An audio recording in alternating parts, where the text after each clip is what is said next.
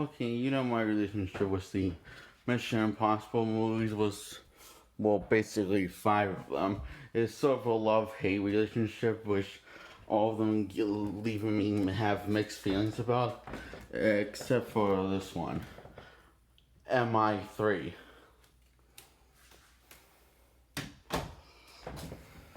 I closed the door on my toe and it hurt a little. Okay, a lot. Um, So MI3 is to me the one that truly captures the spirit and tone of the Mission Impossible franchise based off of the TV show.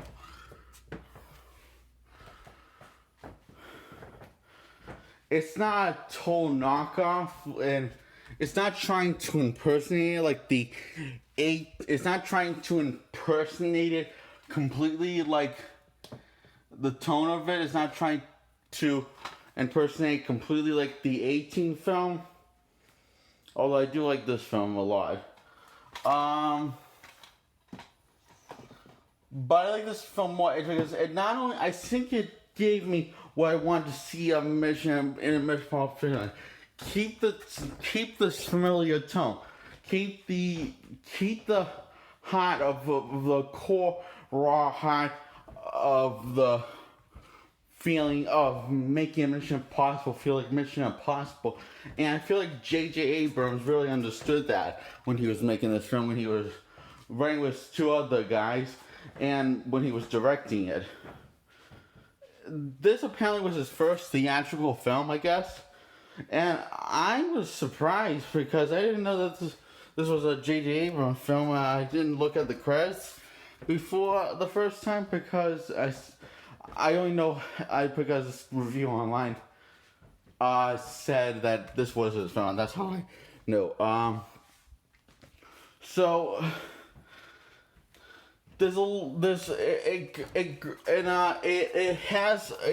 does a good job balancing out comedy and top notch action scenes and suspense and the twists and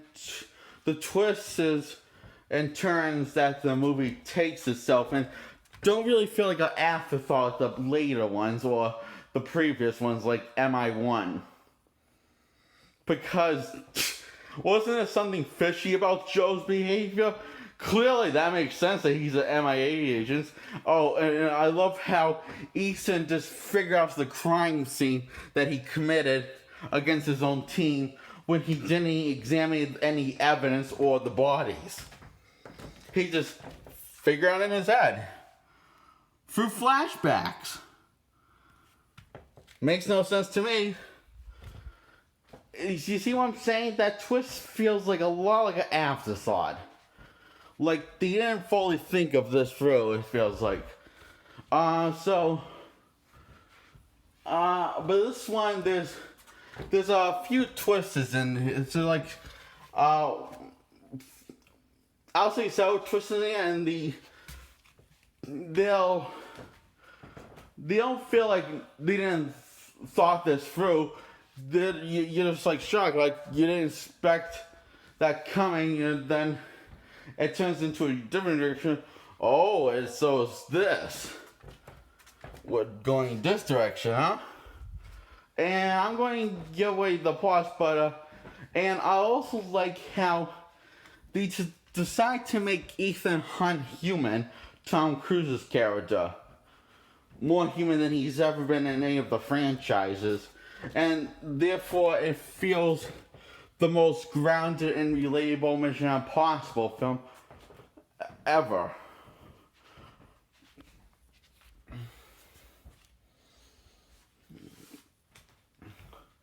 The person who he actually is his boss is played by Lawrence Fishburne, and him and Lucifer have the best on-screen chemistry between him and Ethan. Ethan and Lucifer, I mean. Between Ethan and Lucifer. He has the best chemistry between Lucifer with Ethan. I don't know which is better, but it's hard.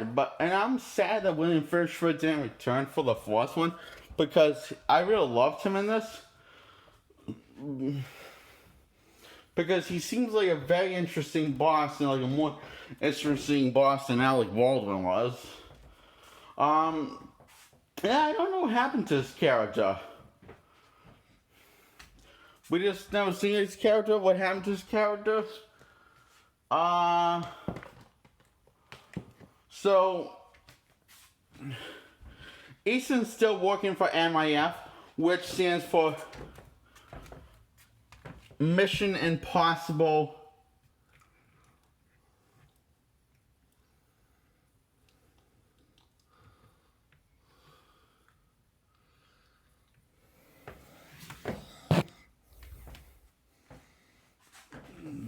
I just lost it. But yeah, it does stand for Mission Impossible, and he releases this after he says at the end of what MIF stands for.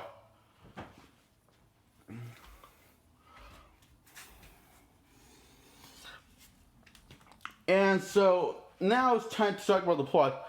He's still working for IMF, but he's busy with other plans, like spending time with his girlfriend, who he's engaged to, and getting to know his girlfriend's friends and family, and apparently Ethan can read lips, and he's reading all these girls' lips and finding out what they say and knowing what they said. And he says, "Oh, what was that place?" And he says, "That place is this." And they're all like, "How the heck did he hear that? Did he actually hear that? How did he hear that?" He didn't hear it. He just read their lips.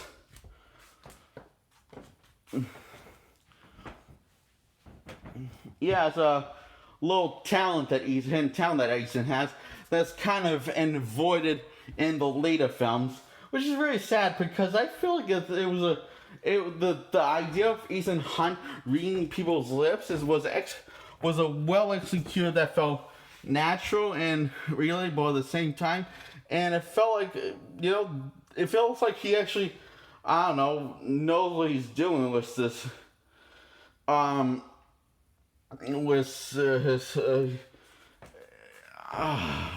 just lost it. So it feels like it makes his character more interesting, the fact that he can read lips. And I like how he's not 10 steps ahead of everyone, like in the later films or in the past films before this. No, there's a lot of times when Ethan Hunt gets outsmarted by people, and he has to sink on his toes and figure out a way out of the solution. Often, he will have to figure out a way out of the solution. And also, so anyway, this agent's recruiting him for a mission to save this agent who was was like a sister to Ethan Hunt, who he trained for the field. And unfortunately, she gets killed off in a very gruesome, well, not really gruesome way, just a scary way to go. It's not gruesome or anything. It's just disturbing. So it's not really a gory scene at all, actually. In case you're wondering, but what makes it disturbing is that the timing and how the work shot it and how they hold on to that shot. It feels so real. And the helicopter while Ethan Hunt's trying to get a bomb off her head, the bomb goes off, and Ethan Hunt mourns for his friend's loss.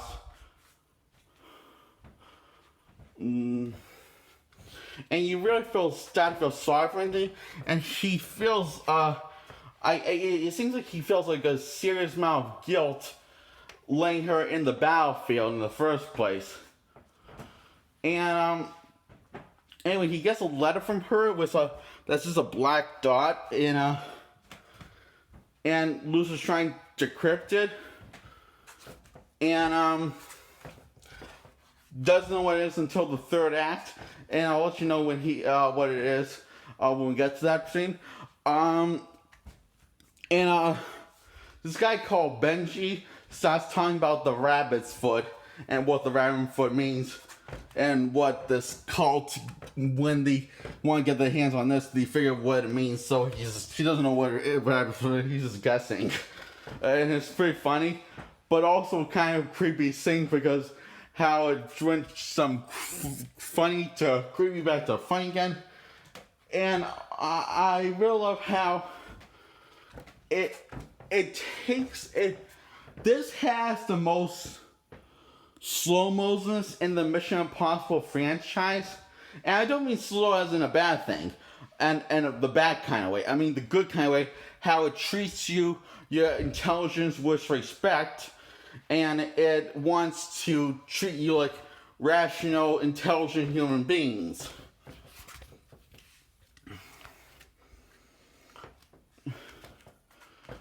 To a point, it doesn't feel like a Mission Impossible movie, but it feels more like a a big budget Mission Impossible episode that exists in Mission Impossible lore, which is the world of Mission Impossible's series is built around, the TV series. So yeah, that's the best description I gotta give it to Tone. And after Ethan Hunt and his team kidnap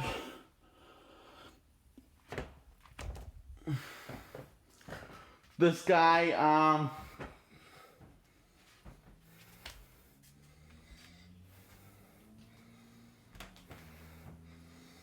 who's a bad guy,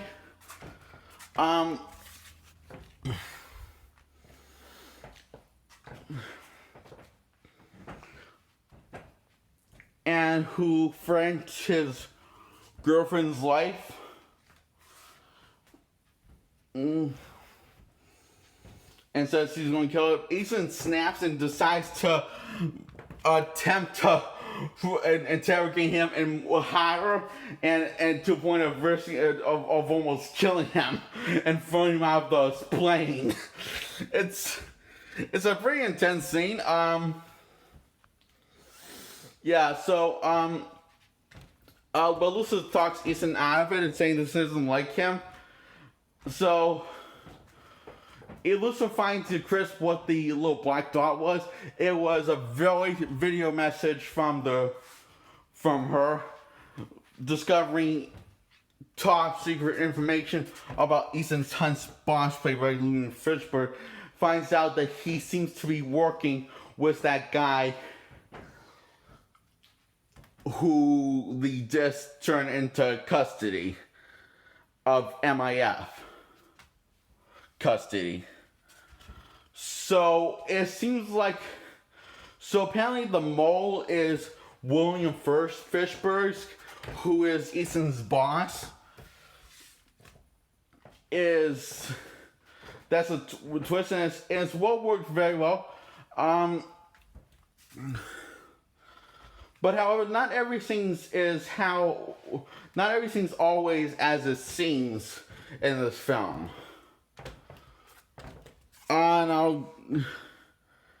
Anyway, Ethan goes to save his girlfriend from being kidnapped by a henchman after they steal the bad guy back in the hands of the other bad guy, which is William Fishburne.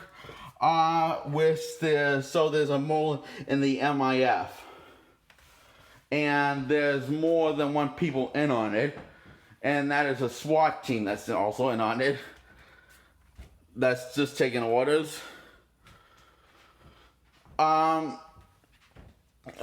So his girl gets kidnapped. He doesn't manage to save the girl, so he gets a call from the bad guy, who threatened his girlfriend's life, who Ethan was thinking of considered throwing out of the plane. And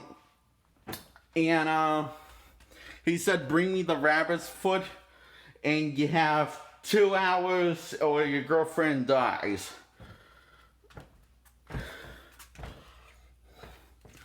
So he goes. Next thing you know, the MIF is all crowd on him. Ethan tries to make a run for it, but they tranquilize him. Next thing you know, he's all tied up and muzzled to the stretcher stool.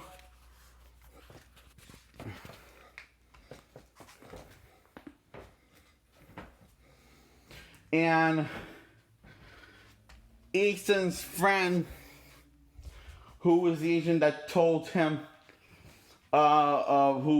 gave him the mission of saving that girl, told him where the rabbit's foot was, and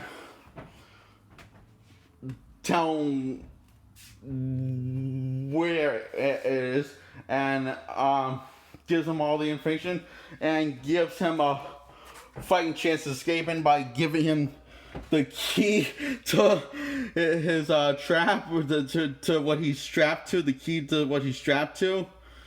And the elevator closed, and he's like surrounded by all 4 guys, and Ethan beats the crap out of him. But before he beats the crap out of him, it builds tension and suspense to the point you think he's going to get it, but you're not really sure. And there's a lot of scenes in this film, like similar to that, where it just keeps on building and focusing and and building suspense, as in keeping you on the edge of your seat. So he escapes from the MIF, and he goes to China, where he runs into his team. His friend that helps him escape figured he could use backup, I guess. So him and his team have to come up with a plan to to steal the rabbit foot to save his fiance. So Ethan comes up with a plan by asking, how high is that building? And how high is that building? Okay? Should be, if my math is, he says, basically says, if my math is correct, it should be high enough.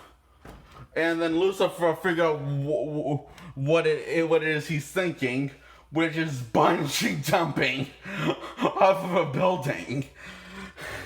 And it seems like say, no, whoa, you can't do that. They're like, hold on, Ethan. And then Lucifer says, Ethan, there's a point when brave becomes stupid. And this is it. And he says, Ethan just says he's desperate and can't think of any better way out, but he's like going to do this anyway because his fiance's life is in jeopardy, so he's going to do it with or without them help. So he wants to know if they're in or out. And Lucifer says, of course we're in. And he jumps, but not without having a few minor step backs. Like, it doesn't go exactly, it kind of works, but doesn't go exactly as planned. But he does get in the building. Just like he's supposed to parachute off the top of the roof, but he's parachuting out the window, so he's too far down. So the wind ends up swinging him in all different directions, and his team picks him up and saves him from security because they are unhappy. And he calls the bad guy saying he has the rabbit's foot, and after he comes alone because those were his terms that Ethan comes along with the rabbit's foot. And so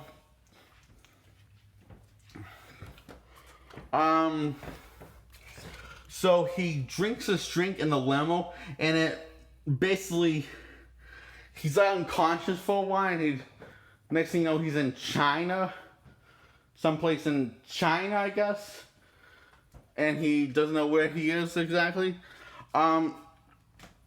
So the put explosive, which is the same exact explosive that killed his friend early on in the film. So now he's in that same situation, and turns out what they got wasn't really the rabbit's foot. So, because I guess the bad guy still wants to know where the rabbit's foot was, so Ethan's all confused and doesn't understand because he thought that was the rabbit's foot. Like, he could have sworn that was going to be the rabbit's foot, and then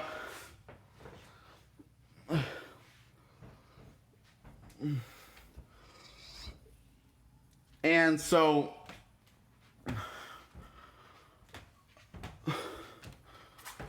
he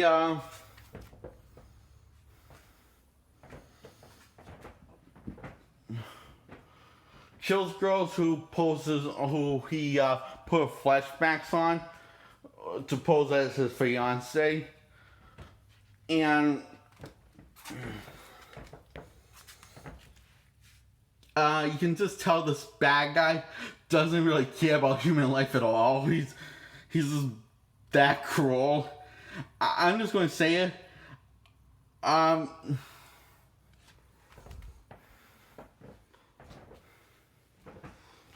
This guy who, I guess he died of a heroin overdose, so rest in peace, but this is my favorite role he's ever been acting. He would have made a better Kingpin than Vincent D'Onofrio, because he just wouldn't be whiny like Vincent D'Onofrio.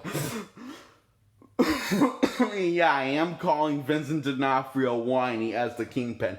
I was very disappointed as him as the Kingpin because he's such a bitch. He says, "You embarrassed me in front of her. You embarrassed me in front of her." It's like it's supposed to be intimidating, but this comes off as laughable. Because my problem is, I like in Vincent D'Onofrio as the Kingpin. He can't. I don't buy it that he's intimidating. Like I did with Michael Clarke Duncan from the Ben Affleck one. So I like that Kingpin more because I can at least. Yeah, I know he has more layers than any previous incarnations of the Kingpin from the comics or any adaptations, including the Michael Clarke Duncan one. But let me ask you something. Which fits more of a role of a villain? A very whiny yangsty bitch who has lots of depth, or a very intimidating, not whiny bitch who's kind of flat and one-dimensional? Pick your poison, but I pick the one-dimensional intimidating over a whiny little bitch that has several layers to him. Don't get me wrong, I like those layers that he gave Vincent D'Onofrio, but I would have loved it if he wasn't so whiny. And he's more whiny than Maguire's Spider-Man. Yeah, Maguire did overdo with the whine, though. See, he took Peter Parker's whiny bitchy level for the first two Spider-Mans, cranked it up to 11. Anyway, that's all I'm going to talk about the Kingpin. So anyway, he kills this guy while he's in serious pain, and it is a pretty damn ass long fight scene. It really takes its time to tell a story, this fight scene, and you see Ethan constantly his head's turning, but he's still fighting on for his girl. For his girl's life. He's fighting for the woman of his life. And he wins that fight. And then he gets her free. And then he's looking for this electrical thing that EMTs have to disarm to fry the bomb. which it's also it fired the bomb in his head to also bring him back to fry his head, and then have his to shock his chest to bring him back to life. And the reason why he has to short circuit the bomb basically for that's the only way. So he comes up with Plan B as in more of an old-fashioned way to short circuit the bomb by having his girl electrocute him. And I love how before this happens, and it's all building tension, and then he actually explains that he has a bomb in his head, and we don't have a lot of time because time's ticking and running out. So you have to do this, and he's teaching her how to use a gun and load it, and whatever you do, also don't point at me. Whatever you do, don't point at me. Whatever you do, and before she electrocutes him, his last words say to his fiance, "I love you." So, and she electrocutes him, but then a bunch of bad guys, and she kicks ass. And it is a pretty cool fight scene. Oh, remember how I said William Fishburne? I skipped the part. Remember how I said William Fishburne is a bad guy? Well, it turns out he is not. This real bad guy that was working with this other bad guy that was played by Phil Seymour Hoffman, is real bad guy is the one who gave Ethan the mission in the first place to save that girl who had a bomb implanted in her head. So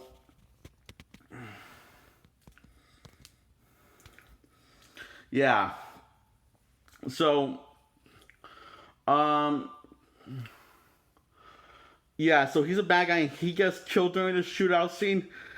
There's no real big boss fight between him, Sally. Like, she doesn't have a big boss fight. She just shoots him down and she drops the rabbit's foot. And she brings Ethan back to life. And I love how they play this scene out for an awful long time. As in, you start to cry because you think it looks like Ethan's a goner. Like a real goner. And they play the scene out, they let the scene play out really well. And I know he's going to make it. I get emotionally attached. And I think of all the good time I had with this character whenever I seen this scene, and from past and future films. So it's a very emotional scene to me. It's more emotional than we see James Bond almost die for a second in Casino Royale. It is that emotional to me. Damn, Craig's Bond. And yeah, so they get the happily ever after go on their honeymoon, and before they go on their honeymoon, he asks his boss, what is the rabbit's foot, by the way? And his boss, William Fishburne, says, stick around and I'll tell you. And he says, I'll send you a postcard. And his boss says, fair enough. And yeah, they go off hugging. The friends get freed out of MAF custody, and Ethan's clean. His identity's clean. So he's not wanted by MAF. He's now working for them again. He's not wanted by MAF, and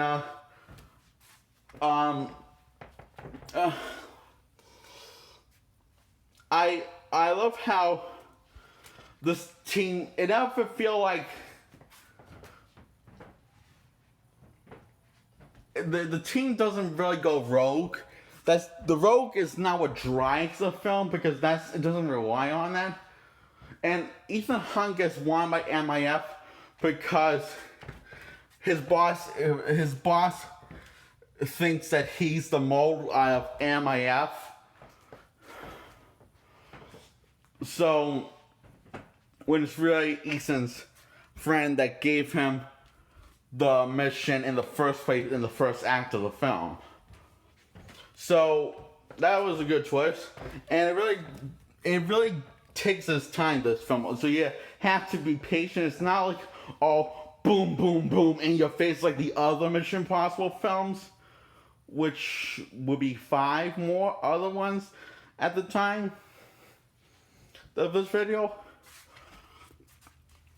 So this film you have to be patient because, like the TV show, you have to be patient because it takes its time to tell a story, but it's not boring if you're wondering if